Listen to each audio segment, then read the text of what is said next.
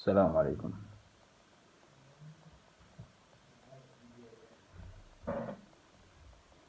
السلام عليكم ورحمة الله وبركاته. dhammaan walaalaha nala socda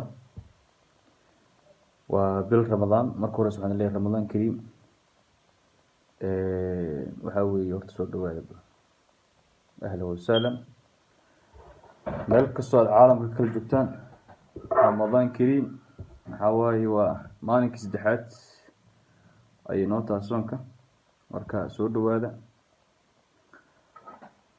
maadaama ay tahay bil barakaysan ee ramadaan, waxaan rabnaa inaan maaragtay ka sheekeyno taariikhdii dowladii islaamka ee soo maray caalamul islaam iyo aas-aaskii dowladda cuthmaaniyiinta. marka waxa aan u baahannahay waxay tahay inaan barano taariikhdeena, inaan ogaano taariikhdeena, inaan maaragtay ku xirnaano oo aan kaga sheekeyn taariikhdeena oo aan akhrisano. marka maanta waxaan u baahannahay waxay tahay aan ka hadlaynaa waa dowladdii cuthmaaniyiinta, marxaladihii ay soo martay, qaabkii loo aas-aasay iyo yaa aas-aasay. وعليكم السلام. سو دو برا الدولة العثمانية waxay soo martay taariikh dheer oo in badan ilaa iyo markii la qiimeeyo inta boqor ay soo hogaamisay ama ay maaragtay soo maamushay, waxaa lagu xisaabiyaa tiradeeda inay tahay 33 boqor. haddaba dowladda cuthmaaniyiinta waxaa markii laga hadlayo taariikhdeeda ninba qayb oo kasoo qaato. markii hadda caalam islaamka ama taariikhda islaamka laga hadlayo, la sheegaa in dowladda cuthmaaniyiinta uu adibada u taagay ama uu dhagax dhigay amiirkii la oran jiray Sulaymaan Shah. marka Sulaymaan Shah waxa waaye waa magaciisa dhammaystiran, waxaa la yiraahdaa Sulaymaan Shah, Amiir Sulaymaan Shah al-Bin, oo dhashay sanadku markuu ahay 1178 ilaa wuxuu noolay oo uu dhintay 1227. intii uu noolay wuxuu maaragtay ku dadaalay uu juhdi geliyay in uu xoreeyo ama uu maaragtay horumar badan gaarsiiyo qarnigaas dadkii noolay ee dowladda cuthmaaniyiinta ama maaragtay ku hoos noolay gobolka la yiraahdo ama goboladan Anatolia ama Turkida ay tiraahdo Anadolu. waagaas meeshaas waxaa ku wada noolaa goboladaas marka dad kala duwan. inta badan markii la fiiriyo gobolada Anatolia Turkida deganeed waxay haysteen madhabta Xanafiyada. اعتقادكودuna wuxuu ahay ama caqiidadooda ahlu sunnah wal jamaa, khaasatan al-imam Maturidi. marka dowladda cuthmaaniya waxay soo martay marxalado kala duwan, waxay soo martay dadaal dheer. waxaa markaas aas-aaskeeda loo maaragtay mansab sheegi kara ama maaragtay la dhihi kara alla ilahe toos buu aasaasay. waxa weeye way kala duwan, qof hadda toos lagu sheegaa ma jirto, laakiin haddana markii la fiiriyo saddexda boqor ama markii laga soo bilaabo amiir Sulaymaan Shah heerka markuu aasaasay iyo heerkuu soo gaarsiiyey, iyo sultan Ertugrul oo isagana juhdi soo geliyay, gobollo badan furtay, isu keenay Turkidii waagaas islaamka ahayd maaragtay oo la noolay dadkan kala duwan ee diimanka kala duwan haysta, sida kirishtaanka oo kale ama haysta yahuudiyada oo kale ay wada noolaayeen. laakiin haddana Ertugrul wuxuu ku dadaalay waxay ahayd in uu mideeyo ama uu isu keeno Turkidii islaamka ahayd oo weliba dowlad u gooni ah uu asaaso. markii laga hadlayo marka dowladda cuthmaaniya ninba qayb oo ka soo qaatay. markii la leeyahay Sulaymaan Shah wuxuu ahay nin maaragtay u jihaaday oo u dadaalay oo maaragtay xornimadooda iyo diinkooda xifintooda ku dadaalay ilaa iyo dalalka kale ah Turkiga, Iiraan, Ciraaq, Suuriya. afartaas wadan oo aad loogu maaragtay loogu mana sheego inuu aada ugu dadaalay horumarkooda iyo inay haystaan ama ku dadaalaan ama si nabad leh ugu noolaadaan diinkooda. haddaba markii laga hadlayo marka dowladda cuthmaaniya waxay kaga duwanay dowladihii hore. waa dowlad qarnigaas ay joogtay isu keentay dad badan oo kala aaminsanaa diimo badan, kala haystay ictiqaad kala duwan, isugu jira qof walba yani hadafkeeda wuxuu ahay in dadkaas ay ku hogaamiso cadaalad oo lagu xiseenayo lagu jeclay. markii la leeyahay marka sababaha dowladda cuthmaaniyiinta ay ku gaartay guulaha waaweynka oo ay ku gaartay ilaa iyo 650 ilaa 700 ku dhawaad sano ay horumarkan ku gaartay, waxaa lagu marnayn karaa waxay tahay ayadoo aanan cidna ku duraynin diinkooda, ku maaragtay ku takooraynin mansabkooda, ku takooraynin jinsiyadooda, keliya ay ku wada noolaanayaan walaalnimo iyo wada dhalasho. markii la fiiriyo dowladda cuthmaaniyiinta taariikhda markii laga hadlayo ilaa iyo hadda wadamadan Asia oo kale waxay sheegaan in dowladda cuthmaaniyiinta markii ay burburtay ugu horeysayba gumeysi ugu horeysay in maaragtay diinkooda lagu takooro, caqiidadooda lagu takooro, jinsiyadooda lagu takooro.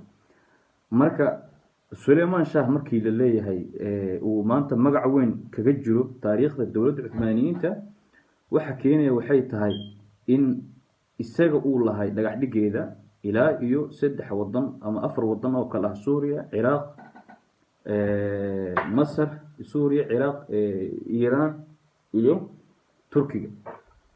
haddaba markii Sulaymaan Shah uu bilaabay inuu isu keeno Turkidii, inuu isu keeno maxaan ku raadayay dadkii sunniga ahay ee maaragtay islaamka ahay ee ku nool gobolada Anatolia iyo ardu Sham ee leeyahay Suuriya iyo Masar, waxay isugu keeneen ama uu lagu juhdi geliyay in dadkaas ay midnimo sameystaan, ay isu tagaan oo ay dowlad sameystaan. markii uu dhintay Sulaymaan Shah sanadku markuu ahay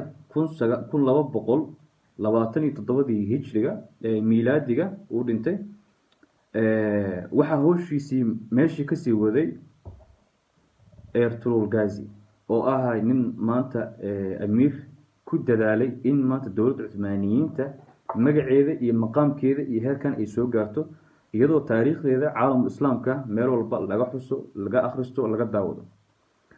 haddaba marka Ertugrul Gazi intii uu noolay oo maaragtay uu juhdi ku bixinayay in maaragtay dowladda cuthmaaniyiinta calankeeda la taago, waxaa ka horeysay in horta uu raadiyo dadka midnimada isugu keeni karta dhanka diiniyan, la isugu keeni karo dhanka mansab asal ahaan ama mansabka. sida Turkida oo kale waxay lahaayeen amiiro ama taliyayaal hadba kooxdii meesha joogtaba isu keeni karta. marka dadkaasi markii isu yimaadeen Ertugrul Gazi waa uu la taliyo, wuxuu kula taliyo waxay ahayd in la aasaaso dowlad islaami ah, dowladdaasoo markaas ka talinaysa xuquuqda dadka islaamka, xuquuqda dadka ku hoos nool, oo si cadaalad la isku xukumo, si walaalnimo la isku xukumo. marka Ertugrul Gazi wuxuu ku guuleystay inuu isu keeno markii horeyso Turkidii islaamka ahayd oo maaragtay ku walaaleeyo oo hal madal isugu yimaadaan, ku wada tashtaan, aayahooda ka tashadaan. waaga subxaanallaah marka ama joogay niman la yiraahdo Mowl ama haystay diimankan kala duwan ama sanamyada caabudi jiray. dadkaas marka waxay aad ugu maaragtay ku dhibeen oo ku takooreen dowladdii cuthmaaniyiinta, dadkii ku hoosnaalay inay baabi'iyaan, xoolahooda dhacaan, ay rafaadiyaan, ay ku dadaalaan in dadkaas midnimadooda aysan daa'im noqon. haddaba marka Ertugrul wuxuu ku dadaalay ama uu sameeyay system ah in group walba meel walba uu joogo la isku keeno oo askar la tababarto, dhaqankooda iyo hidahooda iyo diinkooda ku xifdisaan, halkaas ay taariikhda ku qormayso. markii Ertugrul Allahu naxariiste wuxuu dhintay sanadku markuu ahaay 1280, dadka qaar waxay dhahaan siddeetan iyo labadii. haddaba markii Ertugrul Gazi uu sameeyey dowladdii Cuthmaaniyiinta uu u dhagax dhigay oo adibadu ugu taagay dadkii Turkida ahay iyo muslimka ahay iyo gobollada ku kala noolay isu keenay oo hal marjic ay ku kulmaan ayahooda kaga tashadaan uu kulmiyey. wuxuu ku dada waxay ahayd ay u dhineed bis in hoggaan ama calan ay samaystaan la yiraahdo ad-dawlatu al-Cuthmaaniya ama dowladda markaas lagu heshiiyo. laakiin ilaahay wuxuu u qadarayaa marka calanka inuu taago Ertugrul wiilkiisa oo ahay Cusmaan waa ninka loogu magac daray dowladda Cuthmaaniyiinta. waa ninka iska leh fikirka ah in dowlad la asaaso. laakiin haddii Sulaymaan Shah uusan intuu baxo uusan gurigiisa ku nagaa lahayn intuu baxo uu wadamadan Ciraaq iyo hadduu ilaahay ku hor yahay Suuriya, Iiraan iyo dadkii Turkida ahay gobollada ku noolaa uusan isu keenin, uusan gaarsin risaalad ah war aan dowlad samaysano, war aan midowna, war aan diinkeena iyo dhaqankeena iyo dadnimadan aan ilaashano, hadduusan fikirkaas keeni lahayn maanta ama Cusmaan ma uusan aasaasi lahayn dowladda la yiraahdo Cuthmaaniyiinta. haddaba marka ninba meel buu kasoo qabtay maradii, ninba meel buu kasoo jihaaday. aasaaskii iyo juhdigii dhinaca hadba qayb baa laga soo dhisay. Ertugrul Gazi culimada qaar waxay sheegaan in asiga sheekhiisu uu ahay sheekh la oran jiray Muhyiddin ibn al-Arabi oo caan ka ah wadanka Spain. waxay ahayd awlku asalkeedu waxay ahayd dad islaam ahayd, gadaal bay ka dooratay ama ay ka noqotay dad gaala ah. laakiin waagaas sheekh Muhyiddin ibn al-Arabi wuxuu ahay nin maaragtay kaalin weyn ka qaatay in aasaaskii dowladda Cuthmaaniyiinta dhanka markii loo fiiriyo. ileen qof walba hoggaana maanta wuxuu leeyahay tiir uu ku xiran yahay, ama uu ka ra'yi qaato, ama uu ka tala qaato, ama uu ka fikir qaato. markii culimada Turkida ama dadka professorada ka hadla taariikhda ay sheegaan in sheekh Muhyiddin ibn al-Arabi ay aad abaal ugu hayaan oo u garab istaagay Ertugrul Gazi. ilaa Ertugrul Gazi calankiisa uu asiga soo qaato dadkiisa Anatolia kula noolay uu hoggaankooda mideeyo oo ka shaqeeyo midnimadooda. halkaas markaas ay dadkaasi si xorriyad ah ay diinkooda ugu dhaqmaan oo ay maaragtay dhaqankooda usoo bandhigaan oo xajkooda u aadaan oo ganacsigooda u sameeyaan. waagaas hadda ganacsiga maahan hadda sida hadda kale. waagaas waxaa laga ganacsan jiray saldhigyada ama dirmahan la tulo oo maxaan ku radaa ii sheeg iyo roogaga iyo daahyada iyo waxyaabahaas laga ganacsan jiray. marka dowladda Cuthmaaniyiinta marxaladaas kala duwan soo martay oo qof walba maanta markii la fiiriyo si fudud maaha. dowlad maanta 650 sano maamulkeeda iyo awoodeeda gaarsiisay 4 qaaradood ee caalamka. marka hadda anaga Soomaaliland markii la fiiriyo dowladda Cuthmaaniyiinta ilaa iyo Zaylac ay barbari soo gaartay ilaa dhankaas Ethiopia iyo Yemen. taariikhda waxaa ku qoran in 300 ilaa 350 sano ay maamulayso. marka meeshan waxa kale waxay tahay waa dowlad 650 sano ama 6 qarni iyo bar hadduu ilaahay ku run yahay calankeeda taagan yahay, siyaasadeeda ay taagan tahay, dadkeeda ka talinaysa iyo dadka ku hoos noolba. dowladda Cuthmaaniyiinta maanta kaliya kuma maysa maamulin dad islaama oo waxay maamuleysay dadka ayada hoosta waxaa ka mid ahaa dad Kirishtaan, dad Yahuudiya, dad Nasaari, maxallaha dad oo Sunni iyo Shiico isugu jira. waliba markii la fiiriyo xifdinta ama sugitaanka ammaanka iyo ilaalinta Kacbada iyo Masjid al-Haramka ilaa iyo Qudus oo kale waxyaabaha dowladda Cuthmaaniyiinta oo kale ilaahay ka abaalmaray dadkii asaas ugu horeeyo Sulaymaan Shah uu asiga dhagax u dhagax dhigay. Ertugrul Gazi uu sii waday. ninka la yiraahdo Cusmaan Gazi uu asigana ugu dhawaaqay in uu dowlad Cusmaan la yiraahdo ka jirto caalamka. dowladdaas oo ku shaqeynaysa islaamnimo, cadaalad falaysa, dadka wanaag faraysa.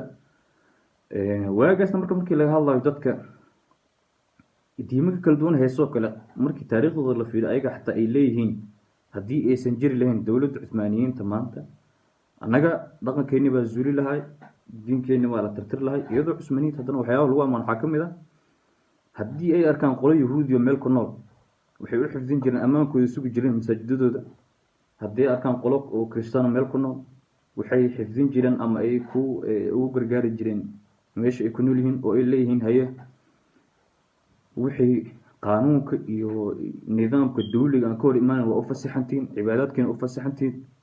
marka dowladdan ka hadlayna waa dowlad isku keentay ama maamuleysay qowmiyado kala duwan. marka qowmiyadahaas oo kale marka hadda adduunkan la fiiriyo qarnigan ma jirto dowlad saas u maamusho isku keento oo ka talisay wanaagoodii horumarkooda. marka waxaan rajaynaynaa waxay tahay insha allahu tacaala annaga inaan noqono dad diinkan juhdigii loo soo maray, taariikhdii loo soo maray xifdiya inaan noqono. marka haddaan kusoo noqdo ilaan dowladda cuthmaaniyiinta asaaskeeda waxay kale ahayd 3 dabaqo ahayd. in Suleymaan Shaah uu fikirka uu keeno uu risaalada uu gaarsiiyo dadkii ku noolaa islaamka ee 4 wadan aan soo sheegnay, Iiraan iyo Suuriya iyo Turkiga iyo maxaa la dhahay Ciraaq. 4taas wadan inuu ku wareego uu gaarsiiyo risaalada in dowlad islaamiya fikirkeeda la aasaaso, waliba lala dagaalamo dadka markaas gaalada ahay ama bilaadiinka ahay ee dhibaatada ku hay dadka muslimiinta ee masaakiinta ah ee gobolada ku nool waagaas. haddaba marka الدولة العثمانية مرحلة waxay soo martay oo fikirkeeda uu lahay Suleymaan Shaah, waxay soo martay marxalad Ertugrul Gazi uu ku mideynayo amiirada ama dadka horuboodka sida hadda Soomaalida ay tiraahdo nabadoon ama horujooge sida hadda qabiilada waa taqaaniin ama imaamada Soomaalida u taqaano in la isku keeno dadkaas Ertugrul uu ku dadaalay uu yiraahdo war aan sameysano fikir ku shaqeeya dowlad islaami ah leh calan oo magac leh oo waxyaabaha ayada maaragtay shacabkeedii ay uga digayso ama ay ku xifdinayso ammaankooda ku sugayso oo kaga shaqeynayso wanaagooda ayadoo la xifdinayo markaas xuquuqda qof walba oo deegaankiisa ku nool. hadda markii la fiiriyo Israa'iil oo kale inta badan waxaa looga cararaa in maanta dowladda Filistiin oo kale ay dhulboob ay ku wado kale ay magaalooyin badan ka qabsanayso ama dowladahan hadda Ruushka kale sidaas oo kale way. laakiin dowladda Cuthmaaniyiinta sidaas ma ahayn, iyada gobol bay tagto ayadoo dadkaas dhaqankooda iyo diinkooda iyo luqadooda aysan faragelin ku sameyn, kaliya ay sugaysay ammaankeeda oo ay xifdinaysay ictiqaadka ay aaminsan yihiin. hadda markii laga hadlayo kale wadamada waxaa la yiri wadamada waliba hadda maaragtay Maghrib ay yaqaanaan oo kale Faransiiska intaas milyan qof ku xasuuqay wadamo badan.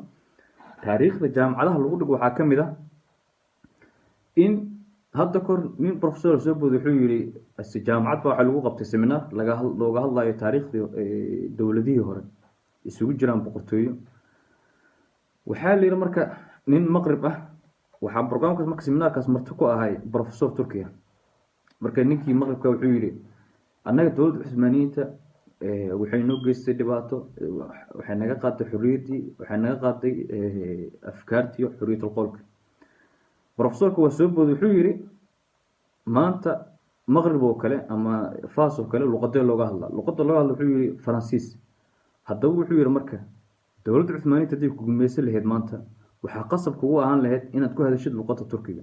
maanta luqadda waxaa ku hadlaysaa Faransiiska. haddaba yaa ku gumaysan marka ninkii marka waa aamus oo Maghrib ku dhashay professorka wuxuu yiri marka dadkii meesha jooga waxay dhaheen xaqiiqatan dowladda Cuthmaaniyiinta oo kale dowladda Cuthmaaniyiinta dadka markay u tagto maysan ku sameyn jirin hadduu qofkaasi diin kale haysto diintiisa ku maysan faragashanin. wax wanaaga laga dhaxlay iyo ixtiraamka laga dhaxlay nabigeena suuban sallallahu alayhi wasallam. haddaba marka dowladda Cuthmaaniyiinta markay marxaladahan soo mareysay fikirkeeda faafitaankeeda dhagax dhigeeda iyo aas-aaskeeda xaalado iyo dagaalo badan la soo galay way jirto oo waliba nimankan hadda markii laga hadlayo Kazakhstan iyo Japan iyo dowladahan Asianka indha yarta Soomaalidu taqaano madaxdoodii hore ama dadkoodii hore waa dad markay aaminsanaa markaas Buddhism ko kale fikrada kala duwan haystay diiman kala duwan. dadkaas marka qarnigaas noolaa waxay dhibaato aad baan ugu hayeen dowladda ama dadka islaamka muslimiinta ah ee ku nool 4 wadan iyo wadamada kale nawaaxiga ee ku heereysan. marka ilaahay xifdiye dowladda Cuthmaaniyiinta maanta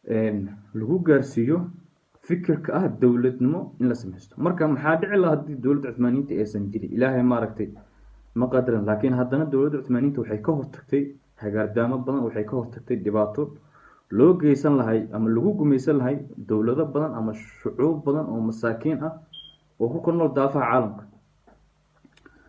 marka taariikhda markaan ka hadlayno marka ama aan maanta u bilaabno waxay tahay bisha ramadaan insha allah. ilaa bisha ramadaan dhammaadkeed wuu noo socon doonaa. aan uga hadlayno waxaa weeye in aan ku faa'iidaysano, aan maaragtay isugu sheegno in qarnigii dadkii naga soo horreeyey waajibkooda ay guteen, dadaalkooda ay ku bixiyeen, juhdi ay geliyeen, oo ay maaragtay ka tanasulin ama aysan ka seexan maanta in ay dowladda islaamka dadka aaminsan ama ictiqaadkooda lagu dulmiyo. so hadda marka anaga waxaan ka rabaa waxay tahay marka qofka muslimka meel walbuu tago in dhaqankiisa asiga laga barto, la yiraahdo qofkan waa qof muslim ah. marka Osman Gazi raximahullah wuxuu ahay amiir aad u dadaal badan, rafaad badan usoo maray. maanta waxaan ka sheekeynaa waxay ahayd 3 qayb ahayd. kow, dowladda cuthmaaniyiinta saameynta iyo waanwaanta ay bixinaysay ama fikirka ay bixinaysay aas-aaskeeda uu Suleymaan Shah uu lahay inuu isu keeno ama dadkii maaragtay qof walba muslim meel buu joogo ugu tago oo risaalada gaarsiiyo.